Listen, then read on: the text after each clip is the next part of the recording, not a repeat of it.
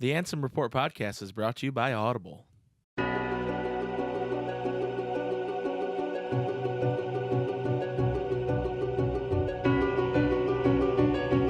One who knows nothing can understand nothing. Plunge deeper into the darkness, and your heart will grow even stronger.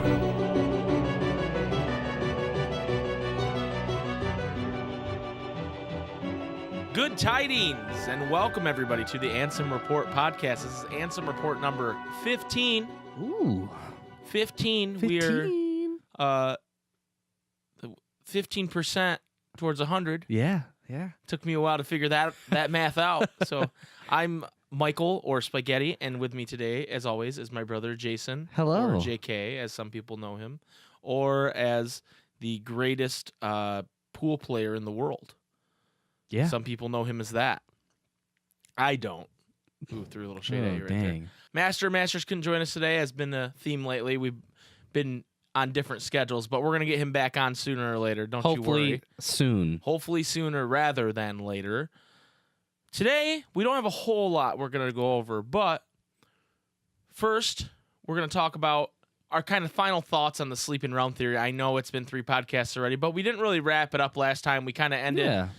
It was a lot of theory. There was a lot of theory going on, a lot of details, and we really had to consolidate our thoughts, and so we're going to have a much clear, concise. We were 4 layers of sleep deep. We needed to come back up to the real world to be able to talk about it again. Absolutely. So we're going to talk about that. Then there's some Kingdom Hearts news we're going to talk about, which is Union Cross related and pretty bonkers and out there, and including a new world that we haven't seen in a Kingdom Hearts game before. No, we have not. We have not seen it, so we're going to talk about that after the break. Before we get into any of that, though, I first of all want to say thank you to everybody who's been supporting the podcast, whether it's on Apple or Spotify or YouTube. Lately, our Sleeping Realms Theory episodes have really been getting some traction on YouTube, and I'm not sure what to attribute that to. Except just you guys being awesome. Thank you. Yeah, and we really appreciate it, the support. And if you want to talk to us, you can leave us comments on those YouTube videos. You can leave us a review on iTunes. You can email us at answerreportpodcast@gmail.com. Or you can hit us up at Twitter at Spaghetti Bros. Yes. Those are the many ways you can get in touch with us. We teased last week a kind of nebulous thing that we're going to get going soon. It's not quite ready yet. But expect something in the next podcast. So you're sticking to that? Yeah. Jason says whatever this thing is that we're not going to talk about, it will be ready by the next podcast. We'll have an announcement. It will be ready on episode 16 next week. So yes. Be ready for that. And we teased that it'd be a way for you guys to kind of get involved in the show more so than you are now. Yeah. Which you guys are a huge part of the show already just by supporting us. And so we appreciate that. Sleeping Realm Theory, Jason. Sleeping Realms. Sleeping in the realm. Sleeping in the... Of sleep. You can find me sleeping in the realm. What are... how plausible to you is this theory? Very plausible. Well, hold on. Before we get into, I guess, can we nutshell the theory just in case people didn't watch the last 3 episodes? Yeah. If you didn't watch the last 3 episodes, well, not the last 3, but the last last 3 or 4 or whatever. Yeah. It was 4. But if you didn't watch any of those, or you only got to see some of them, we'll kind of give you the gist of it. So basically, Sleeping Realm Theory was made by a number of people, a lot of people. Their info is in the description if you're looking at this on YouTube. Yes. Or actually on any podcast. I have the description. It will be down below. The mic, but essentially, it's a theory saying that Kingdom Hearts 3, it just continuously deceives you on purpose, right? Yes. And that when you start playing KH3 and you're picking, what do I want to this or this or this? That's actually the second, or it's not the first time. It's not the first beginning time. It's not the beginning of the timeline. Right? Yeah, it's not the beginning of the game even. It's not. That's after everybody falls to darkness. Right. So everything has already happened in KH3. We're playing through it the second time. Right. Right. And basically goes through it. The sleeping realm theory basically goes through and points out different things that help with their theory.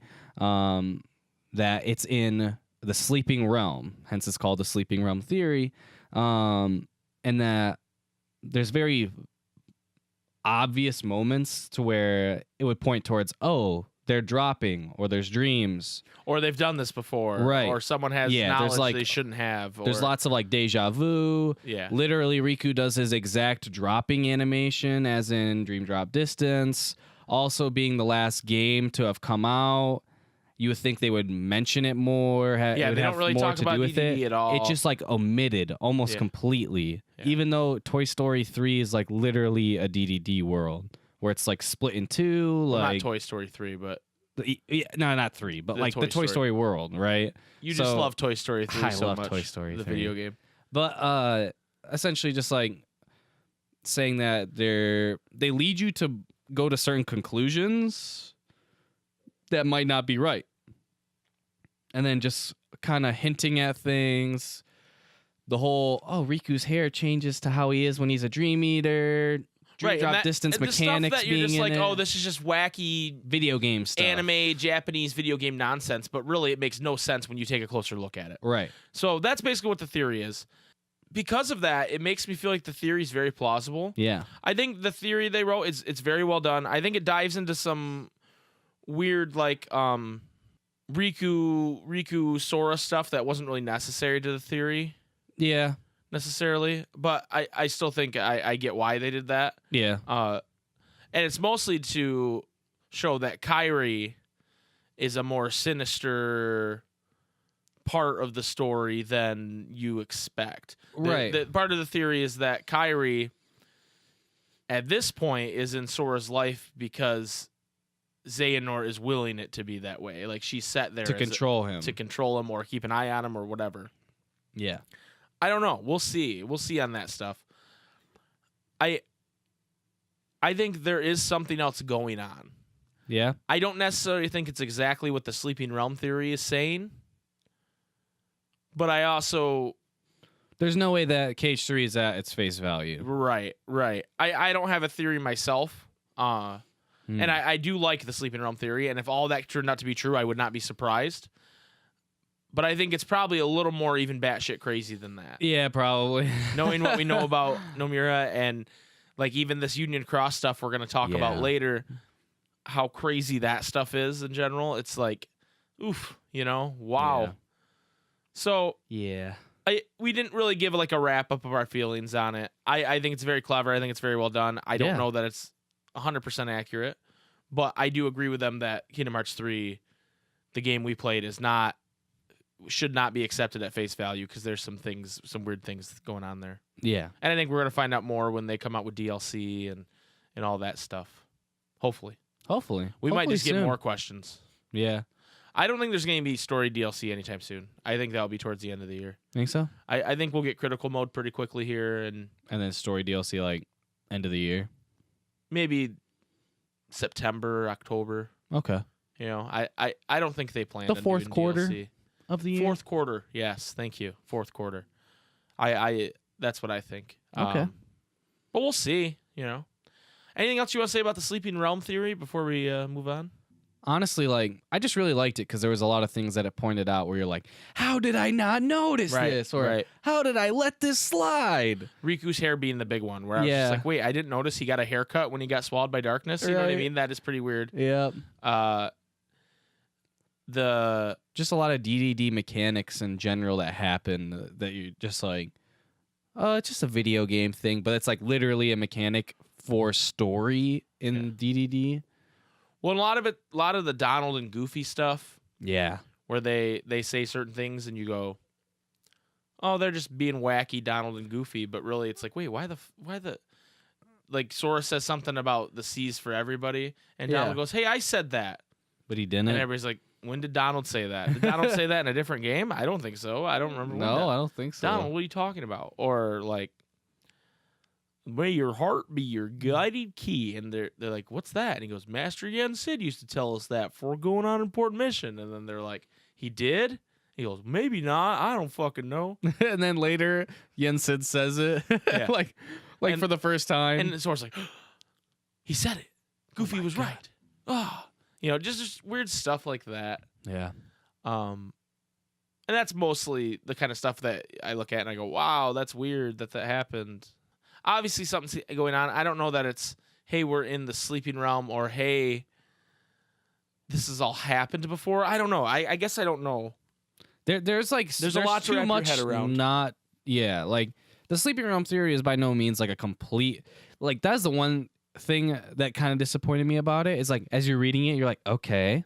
Well, right, you're expecting it to like have some this resolution, this big revelation at the end, and it's kind of just like, Sora. The revelation is that Sora was going to say goodbye to Kairi in a different world line because Kairi's dead in that world line, and that's it. Yeah. Because Sora always goes and says goodbye to his friends, which is it could very well be true, but I was expecting more of because they built up all this Riku stuff, and it ended up being, Riku just he's just a good guy. Riku is he's good the light, boy. Yeah.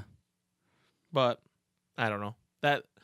You're right. There wasn't some big revelation. That was the only thing. Other than that, there was a lot of just stuff where I'm like, oh my god. Yeah. Oh my god. I think we talked about this in one of the episodes where we talked about it, but it's the coolest like video game ending isn't real theory that I've read since Mass Effect 3. Because a lot of people had problems with that ending, and so they were like, oh, it's all you're indoctrinated or whatever, And that was another that one had a really big cool twist though to it. So okay. That one, I'd like to explore that with you someday because I think that's a really cool, important part of gaming, and it's the first not to go on a tangent here, but it's the first precedent of gamers going, I don't like what you guys did with this, and you need to change it, and the people going, okay, and doing it. Yeah. And I feel like it set kind of a dangerous precedent because I think a lot of video games do that now where they go,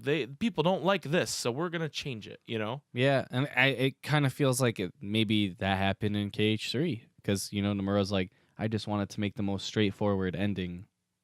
I don't think to the point where he didn't want to piss anyone off, but I think it's to make it the most acceptable ending. I don't know if he wanted the ending to be like that specifically, but he did want to get every character their time so he didn't get people coming at him going, oh, you didn't let Roxas come back, or you didn't let this person, I think he was definitely worried about that, which is why most of these characters got their day in the sun, Yeah.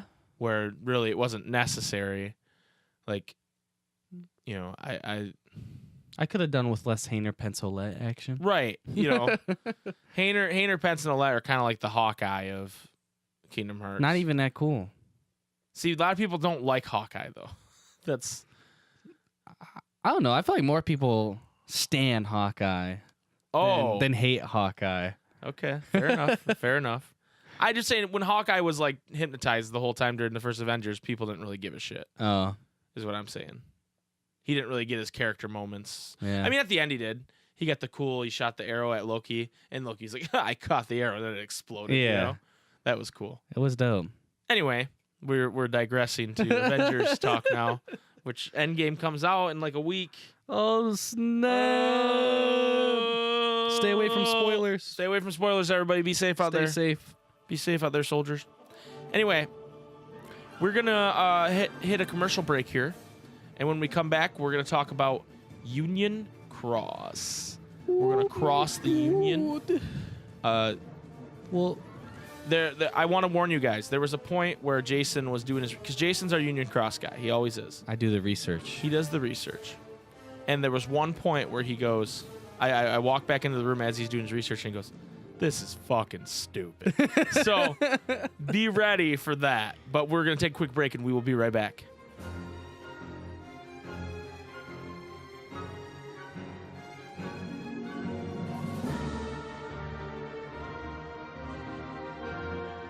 Hey, Jason. Hello. Do you like books? Yeah. You do? Yeah. Awesome. I like books too. But you know what I like even more than books?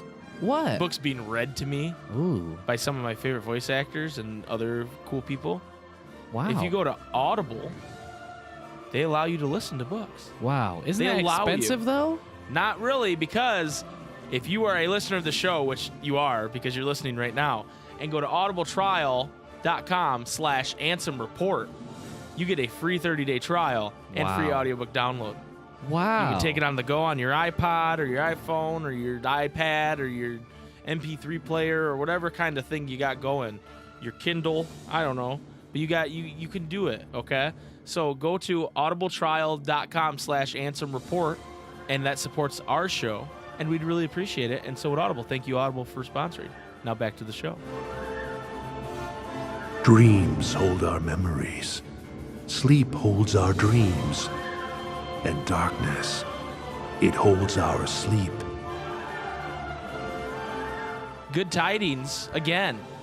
We're back. Good tidings times 2. We're back to talk about Union Cross.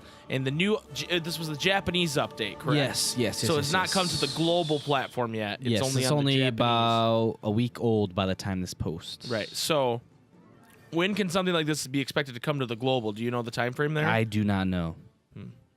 Well, what do you know? I do know that there are some great people. One being named Everglow and his people that translate these on the regular every month when there's an update. And they're dope. See, okay, can I talk about Everglow for a second? Yes. Because I think before I didn't trash Everglow, but I was like, I'm not into the videos. I like Everglow. I've tried to watch, and maybe this is more Union Cross's fault than Everglow's fault. Yeah. But I've tried to watch Everglow's series of the whole. They did a whole recap of the timeline from the beginning till Kingdom Hearts 3. Yeah. Leading up to Kingdom Hearts 3, and I just couldn't do it. That's probably just Union Cross. And a lot of it was just like, okay, when I say someone's going to explain the timeline to me, I picture something where someone's going to be talking and explaining things to me. Yeah. Instead, a lot of it was just, here's a cutscene, and then here's another cutscene, and then here's another cutscene from the game. And to me, that's not like explaining the timeline. That's just showing me. It's just like all the cutscenes that matter. Right. Because there's a lot of them that don't matter. I understand that. But to me, that's not explaining the timeline. That's just showing me the timeline. Does that make sense? Basically, you wanted him to baby you. No, but when I hear the word explained, timeline explained, that means it's explained. I mean, like, in a lot of his videos, there's not, like, talking. You know what I mean? It's just, like, right. Well, that's what I'm saying. And I expected, instead of, hey, here's the Union Cross cutscene, and here's this guy, and they're bubbling and talking, in their bubbles, and then that was it. And I was just like, huh? I don't understand what's going on, because it's not being explained. Okay. So I think my problem is the verbiage he uses on his videos to tell me what his video is. If he said recap, I think that's fair. Yeah. Explain, not a lot of explaining going on there, in my opinion. Okay. I still think it's amazing what they do, and because that's a huge project to even take on. Because I remember at one point I was like, we should. Well, you know what kind of video would kill if we did a recap of Kingdom Hearts lore? And then I thought about it and I was like, oh, Jesus Christ, there's no way we could do that in any kind of timely fashion. And then I found out Everglow was doing it. Yeah. And I was like, wow, that's pretty amazing. Yeah. Let me watch it. And then I was like, it's still like a really cool achievement for them, but it's not what I would have wanted. Does that make sense? Okay. That's not what I would have done, I guess. Okay. I would have talking headed it. I would have been like, okay, so now Sora, this is the secret Darkness's heart coming back to Destiny Island to tell Sora. You know what I mean? Like, I would have explained it. Okay. Personally, but I think if I were not somebody who had ever really been into Kingdom Hearts before, like Kingdom Hearts 3 or whatever, I think I would personally have liked Everglow's more, because it's like you get to experience it more than somebody just talking. No, and I'm not saying there's I think it's better in that regard than like, because I mean, some people will go and then they talk about a cutscene they're gonna show you and then they show it to you, whereas it's more just like they show you the important cutscenes in the order where it'll make more sense. Yeah. No, and there's definitely a place for it, and I understand there's people that are gonna see it and think differently than I do. Right. They're gonna like it more. I just personally would have done more of a, like, I guess kind of what Barry did, and we might talk about that later, but something that's a little more. It's not as dry, I guess. It's a little more funny. It's a little more, Yeah, more cheesy. Cheesy, or a little more. I mean, I wouldn't have done exactly what Barry did because I'm a very unskilled artist. I think I would have just used scenes from the game and talked over them and tried to make memes or whatever. But anyway, this is not what we're supposed to be talking about right now. Anyway, Union Cross. Thank you to Everglow and everyone who helps with those videos. Yes. Because we would not have any of this information without y'all. KH Insider. Maybe I would. It just would suck a lot more. Shout out to KH Insider so you as well. make it suck way less. Thank you. But thank you very much to everyone who is making these videos on the regular with these slow, minuscule updates that the game keeps on getting to just, here's a little more. Here's a little more. This isn't off topic. Here's a little more. But I would like you to start playing Union Cross. Oh, God. And then every week you give us an update on Union Cross and where you're at. Well, they only update it like every month, right? No. But I'm saying you're an update like where I'm at I played 10 different Agrabah missions, and you know what I mean. I'd like to hear that. I think that'd be okay. Well, they're on episode 875 right now, right? Yeah, I know. I think it'd be funny to hear what your struggles are and what you think of the game going through it, and that's just an idea. Okay. If you guys want to hear about Jason, we'll give Jason every week is 5 minutes of Union Cross. Okay. And you just tell us about. Okay, I'll do it. About you'll do it? I'll do it. Can we get a handshake on that? Yeah, a left-handed handshake though. Yeah. Yes. Okay. That's there you official. go, ladies and gentlemen. Next week, expect the debut of Jason's Union Cross 5 minutes. It's gonna have a better name than that. Yeah. I'll think of one. But anyway. So I'll be forced to play it. Yes, I got to think of a better name. So, this update. Finally, tell me about this update. Okay.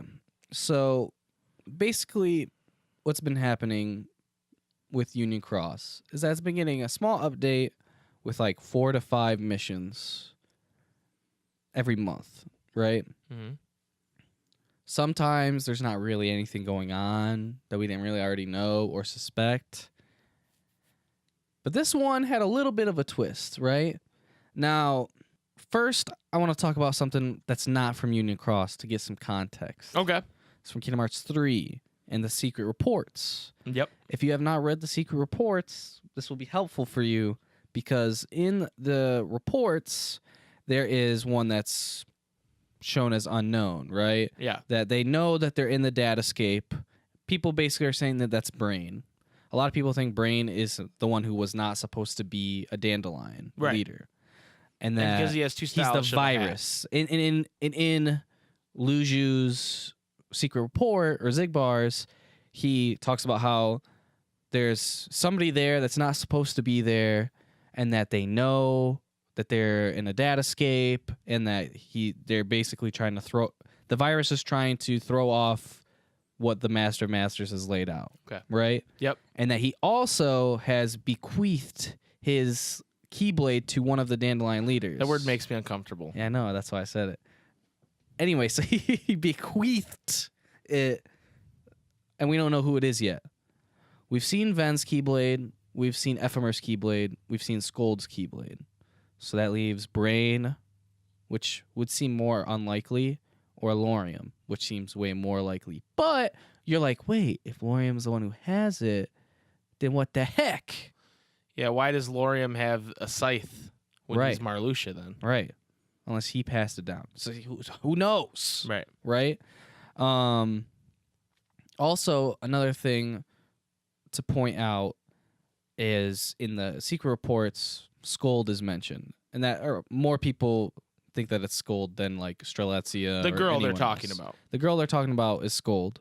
And that girl is involved with a lot of people. With Ansem the Wise, with Xehanort, like Apprentice Xehanort, and Lee Isa.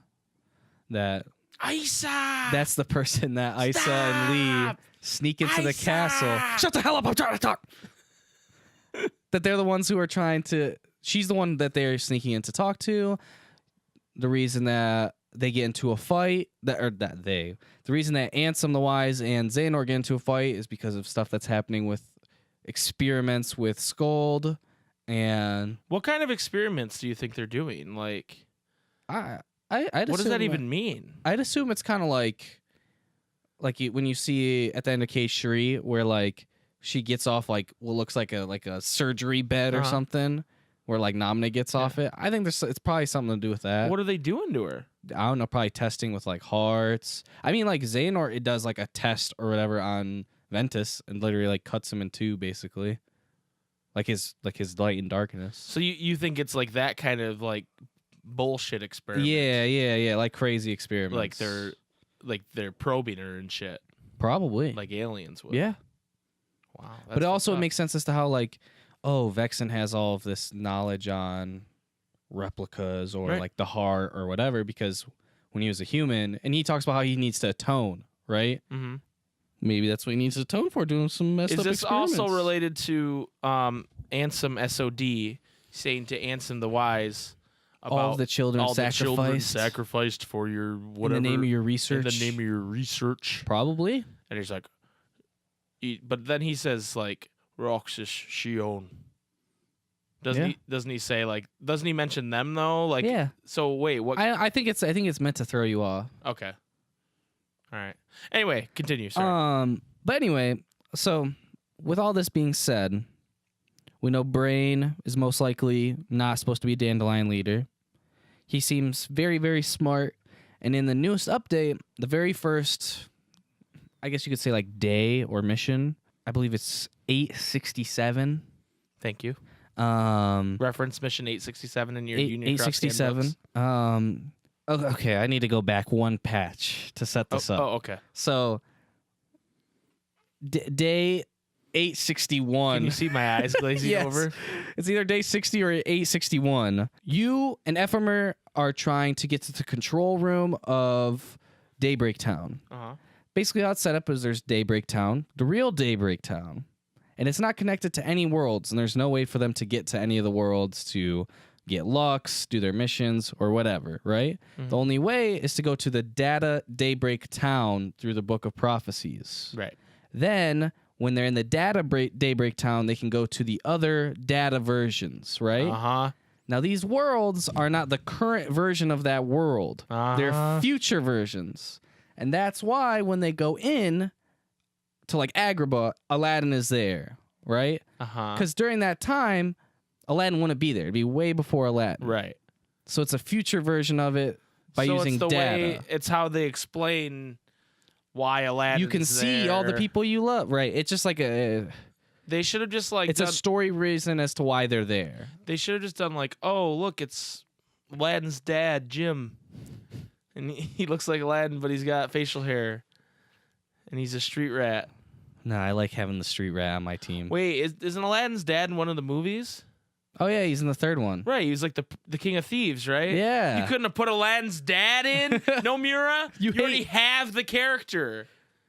You hate Aladdin 3, so I don't know. I don't hate Aladdin 3. Yeah, you've told me multiple occasions you hate Aladdin 3. I just said I don't want Agrabah back in another Kingdom Hearts game because it's in every game and it sucks. No. You said you hate it. This is not the point of this conversation. So, they have to go from real Daybreak Town to data Daybreak Town to get to data versions of the worlds. Right. Okay, I'm following you. So, at this point... Which are future versions of the worlds. Yes, that's not the current version of the world. Or else the people that we know and love wouldn't be there, right? So, like, okay. Just so that my head can wrap around this. Yes. So, this is like when, like, let's say you're playing Madden. Uh-huh. Because it's the only... And you start a franchise. Okay. And then you go... They give you the option, hey, sim 10 years in the future. Right? Yeah. That's basically what this data Daybreak Town is doing, right?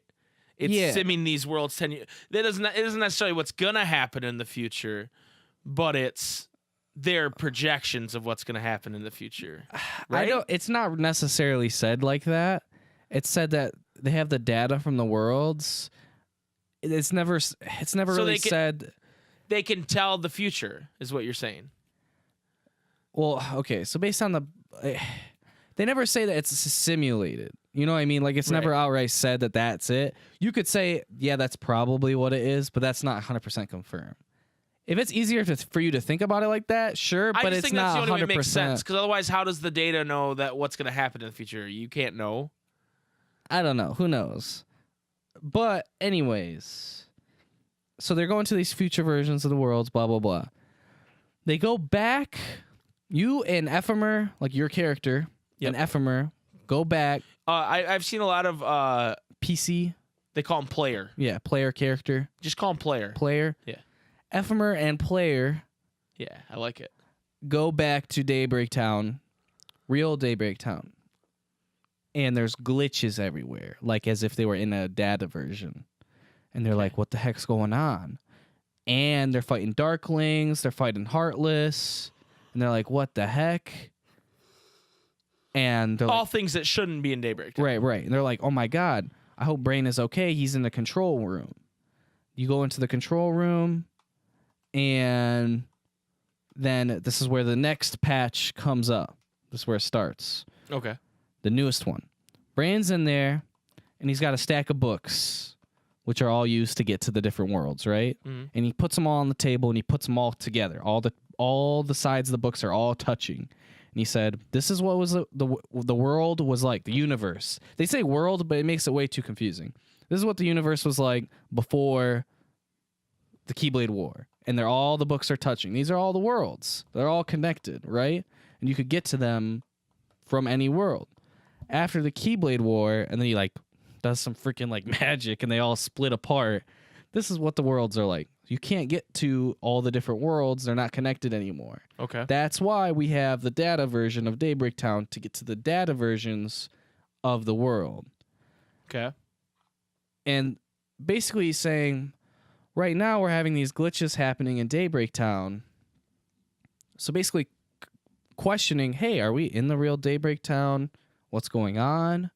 Also, there's another anomaly that they find out that their world is connected to another world. That shouldn't happen if they're in the real one. Right. So they're like, what the heck's going on? We need to go and scout out this world, get more research, and try and figure out what's going on. And then there's the whole like, oh no, it's too dangerous. Oh no. Like that typical stuff, right?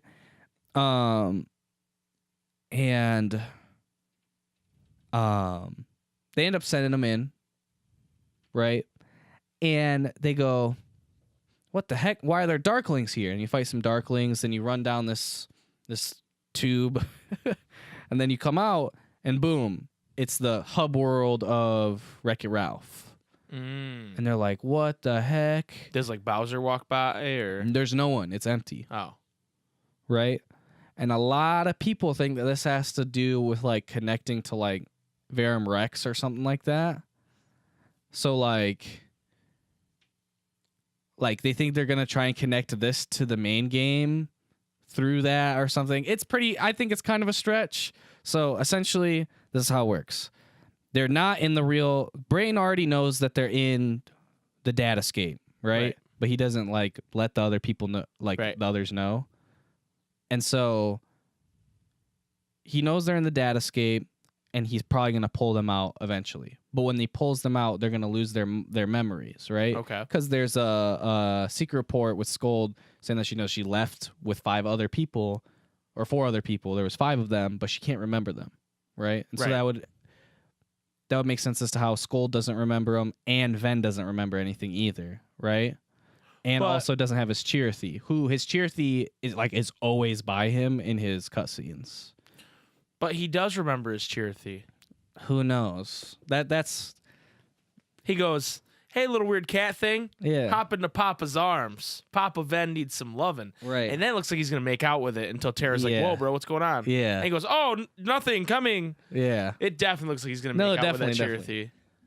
So anyways, who knows with what the hell is going on there.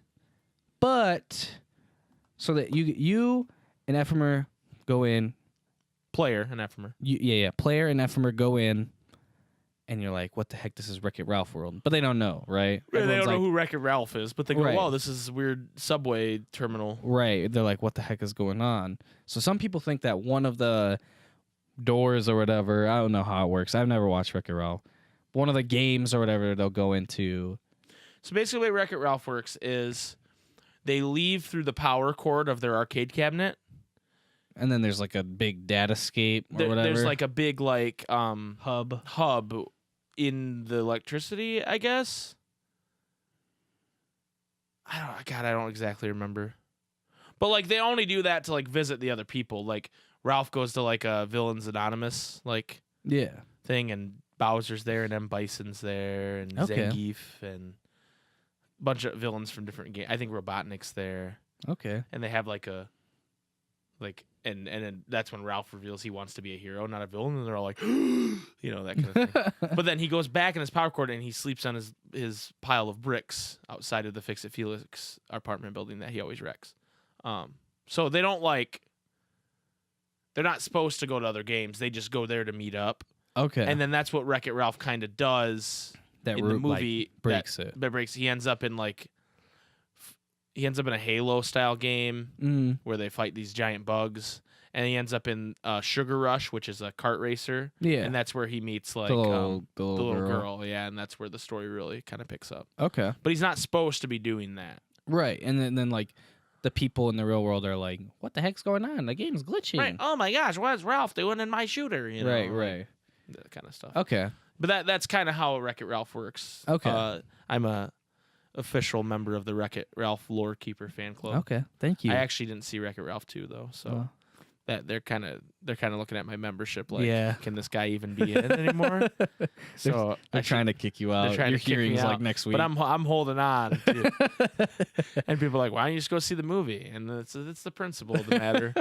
Don't kick me out of the fan club. Anyway, so a lot of people think that they're gonna connect it. So there's a couple theories. Okay. That because you in real life, you as a person, me as Jason, if I'm playing Union Cross, I'm saving the Dandelion leaders by giving them a game to escape, like a data version of their world to escape to. Okay. So there's that. And then there's another one that's like, okay, like they're gonna connect Union Cross to like the Verum Rex world or whatever somehow, or game, right? Because it's also a game. Because it's a game. And that somehow it'll be connected and like, they'll run into each other in Kingdom Hearts 4 or whatever, right? Like they think they're going to try and connect it to the mainline game through another game. Who knows? Well, because they specifically talk about it in the cutscene that the Wreck-It Ralph world is not in any timeline. Like time is unaffected in that world, right? It's just a world. There's no time. There's no anything. And there's no way to... Well, and it wasn't a world that the Master of Masters made into data, so it kind of created itself. Yeah, kind of. They're trying to figure it out. The AI has become sentient. Yeah. So... And they're saying that without the Book of Prophecies, it still would have appeared, or I can't remember how he words it, but there's a lot. I watched this cutscene like 3 times, and you're just still like Union Cross. But yeah, so that was a month that was like 2 months plus some KH3 news. Yeah, it's info. been a few episodes since we've done a recap of Union Cross. It was before KH3 came out. I can tell you that. So that's all the info we really have right now. So a lot of people think the main theories right now is either so a lot of people think that the story arc with Laurium is going to be Laurium and Elrena are looking for Strelitzia, and then they're going to run into Luxord and Demix's somebodies, right? And that somehow they're going to be connected, like they might be like their own type of group or whatever, right? Okay. They're probably going to have Keyblades as well. Or then there's like, I just thought of this, they could be from a different game. Like if this whole Wreck-It Ralph thing is big, they could be from a different game, and that's why he's a gambler. Luxord is from a gambling game, and Yeah. DMX is from a music rhythm game. Yeah. That DMX being from a music rhythm game makes me so happy. And honestly, that explains why Luxord's garbage Yeah. at fighting, because he's just a gambler. Right. And why DMX never wants to fight, because he just wants to play fucking DDR. Yeah. Oh my God. Yeah. And play his sitar. My mind is blown, dude. It could be that. My mind is blown. I saw a thing, this is unrelated kind of, but how, I don't remember if it's the Book of Prophecies or there's some symbol somewhere that relates to the Masters, and it kind of looks like the end of DMX's sitar. I read it vaguely for a second, but it's I want to say it's the Book of Prophecies, and it looks like the symbol on it looks like the end of DMX's sitar. I'll have to look into that. Yeah, look into that, because that's still my theory. So, I do like that he came from like a drum mania or guitar mania game or something like that. I do like that idea. Yeah. That's funny. But yeah, that's just something off the top to think about. But the other thing is that eventually they're gonna get out of the datascape. Right. Right. And who knows? Because we've already been told that happens. Who knows? Yeah, who knows what's gonna happen with that? Do you think that maybe that's how they get out of the datascape, is through the Wreck-It Ralph world? Maybe. They just go on a path, and then they show up in. They show up in Cage 4. Radiant One of the doors. Garden.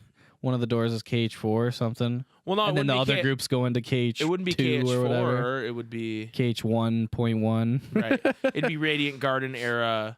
It'd be BBS, just past BBS, wouldn't it? It depends, because it's like we don't know how they got into organization. It'd be during BBS, because Lee and Isa, when they meet Ven, That's are trying to true. go into the castle and sneak into the castle. So it'd be during BBS, because that's when Scold would be there. Well, and it'd have to be before, Right. because BBS Ven's in BBS. Oh, yeah. You're right. Yeah, we're dumb. Yeah, what couple idiots we are. Okay, so it'd have to be before BBS. It had to be before And they're Xehanort splits Ven into two, which was years before BBS, wasn't it? I don't know if it was years. Who knows? I think it was supposed to be years before. I don't think. No. Well, because like Ven is like a new. Like, who knows how long Ven was with Xehanort? But Right. like when it kind of seems like when Ven meets Terra and Aqua, they never met him before. Right. That's what I'm saying, though. He was with Xehanort for a while. Like, he was Xehanort's apprentice or whatever. Remember? Right. He was, and then Xehanort was like, I'm done with him. He can go to Ericus. And, you know what I mean? Once he breaks him. Once he breaks him, yeah. So he was with Xehanort for a period of time. I don't know how long it was. Yeah. They don't really say, but yeah. I really think, and I've said this before, but I really think Ven is the bad guy here. Yeah. I think Ven. You think he killed Streletsky? I think Vanitas, Yeah. that part of Ven, is the bad guy here, and that's the reason. That's the reason he is the way he is, and that he's all his goodness is there because he seems like an all right guy, but then there's an evil side to him, and Xehanort knows that, and so that's why he splits it. That's my Maybe. opinion. I don't know if that's right or not. We won't know till later, I guess. But I don't know. I don't think there's anybody else. Like, brain killing Strelitzia is fine, Yeah. but it's not a character we ultimately give a shit about in any stretch of the imagination, right? Unless there's some bullshit where like Brain is somebody else. Brain is Demix, you know what I mean? Yeah. Brain is Luxord, but he went into the gambling game and got a makeover. Yeah. Like, unless it's something like that. So Ven is the only one, because people keep trying to say it's Lorian, but why would? Oh Lorian, my god. What? Okay. Did you just come up with a theory here? Yeah. All right. So you know how Ven's younger, Yeah. right? Scold is considered pretty young. Yeah. Also, who else is young that looks kind of like Brain? Enzo? Yeah. But they don't mention. Hey, dude. No, listen. Guess who constantly has a book in their hand? brain. Oh. It also makes sense as to, oh, he doesn't have any... Brain is like super smart, right? So is Ansem the Wise. Brain probably did freaking experiments on them with him. And he No. doesn't have any memory. Check this out. Okay. Here we go. Oh, snap. Here we go. Oh, snap. Whoa, Well, get the okay, train wait. rolling. I've already debunked it. Marluxia isn't a doll. Unless Elorium is already considered an adult. No, listen. Okay. I got this for you, okay? Hit me with it. They are in a data world, correct? Yeah. That data world has to be housed somewhere. Oh, you think it's in Hollow Bastion? Or Radiant Garden? Young Yenzo made the virus that is Brain. Well, wait. No, that's not it. Nope. Why? That's not it, Debunk Chief. my theory. That's not it, Chief. Okay, Debunk so my theory. they're in a datascape, but then they leave the datascape. The datascape is completely unrelated to the real world. Okay. So there's Let's just say they go from real Daybreak Town Yeah. to data Daybreak Town. they don't realize how long they've been in Data Daybreak Town. Only until Brain shows up. Brain's not supposed to be there, remember? Enzo makes Brain. Think about it, man. We have Data Twilight Town. Yeah. Enzo makes Brain, and that's only when they realize they've been in the Data Town doing the same events over and over and over and over and over and over and over and over. Yeah. So they've been doing the same events over and over. Brain's not real, but young Enzo puts him in there. He's the virus. It makes sense as to why they look similar. He wants to put his own little avatar Now, in there. the only answer I don't have to this is why, Yeah. right? What if this is Lorium trying to figure out who killed Starletzia by using the data versions of those characters? What if this is set during our current time and we've just been played for fools this whole time? Maybe. But, like, Ven does have a Chirithy, though. Right? He did. It doesn't explain how Ven in the original timeline is here now. But all this data bullshit to me means it means bullshit. It could be nothing. Okay, so timeline would be KH Union Cross. Right. Dandelion leaders happen and they dive into a dream version to escape Keyblade War. Right. Come back. They can't go to the dream worlds anymore. They have to go to the data versions, right? Right. They go into a data version. And then they're just there reliving the things over and over. They don't know. And then Brain... I don't think the real versions of these characters ever went to the data version. You think they're just asleep or something? Or... Yeah, some other bullshit. And this is just a simulation being run to try and figure out who really killed Starletzia. Maybe. I mean, like... Well, like, in Union Cross, like, your character dies or whatever. Yeah. Right? Mhm. And then your character shows up in Union Cross, Union Cross. Yep. I think my theory has broken your mind. Maybe. It's probably There's, not. like, not anything to disprove it, but also, like... I don't know. We just don't know anything. Right, you know, it's exactly, one of yeah. those things. We just kind of wait and see what happens with the next update, which will be like fucking 6 months from now. Well, in like the past 2 months, there's been no footage of like Lorium and Scold. Yeah. I really thought, and I don't know why I thought this, but I really thought this was going to tie in to KH3 quicker. Yeah. It seemed like it was heading that direction before the release of KH3, and now it's kind of stalled again. Yeah. So, I don't know. We'll see what happens with Union Cross. Do you have anything else you want to add before we finish this thing up?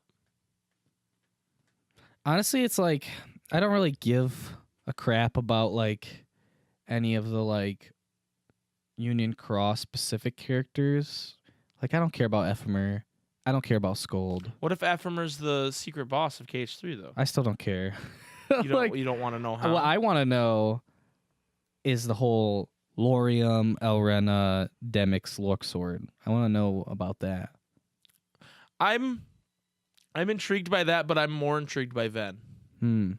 What Ven's role is. Well, also, okay, so like, I want to know, because like, okay, the whole Sleeping Realm theory is that this is the second time of the events, right? Did something else happen the first time? Yeah, that has to do with them. That's the thing. That's why, to me, the theory is not as plausible, because it's like,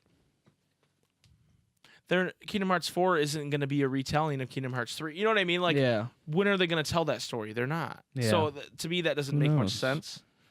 But it's the most convenient way to explain why there's so much deja vu and stuff like that, you know? Yeah. I don't know. All right, we're spinning in circles now. What do you guys think? What do you guys? We want to know what you think of the Sleeping Realm theory. Sorry, I always pluralize it for some reason. The newest update to Union Cross. If you even understand what the heck the newest update to Union Cross, what the heck I want to know what you guys think down in the comments below if you're on YouTube, or if you have a discussion point, hit us up with that email. Yeah. Ansem Report podcast@gmail.com. Stay tuned. And for stay next tuned. week. Next week, we're going to have the premiere of Jason's Union Cross 5 minutes. Yeah, the very first 5 minutes. Be sure we are going to discuss this new fun way to interact with the show and the channel at large. Not just the show, but our YouTube channel at large. And we were going to talk about this maybe this week if we didn't. We're running out of time, though. Barry Kramer, YouTube's Barry Kramer, made a couple pretty cool Kingdom Hearts videos. Put a lot of work into it. And I want to discuss them a little bit because I think they're fun, and I want to compare and contrast them, because the first video is Kingdom Hearts leading up to Kingdom Hearts 3, all the story, and the second one is just explaining Kingdom Hearts 3, so it's a shorter video. Yeah. But I like the first one much better, and I want to discuss why next week. So, okay.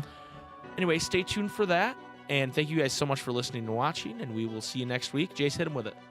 May your heart be your guiding key.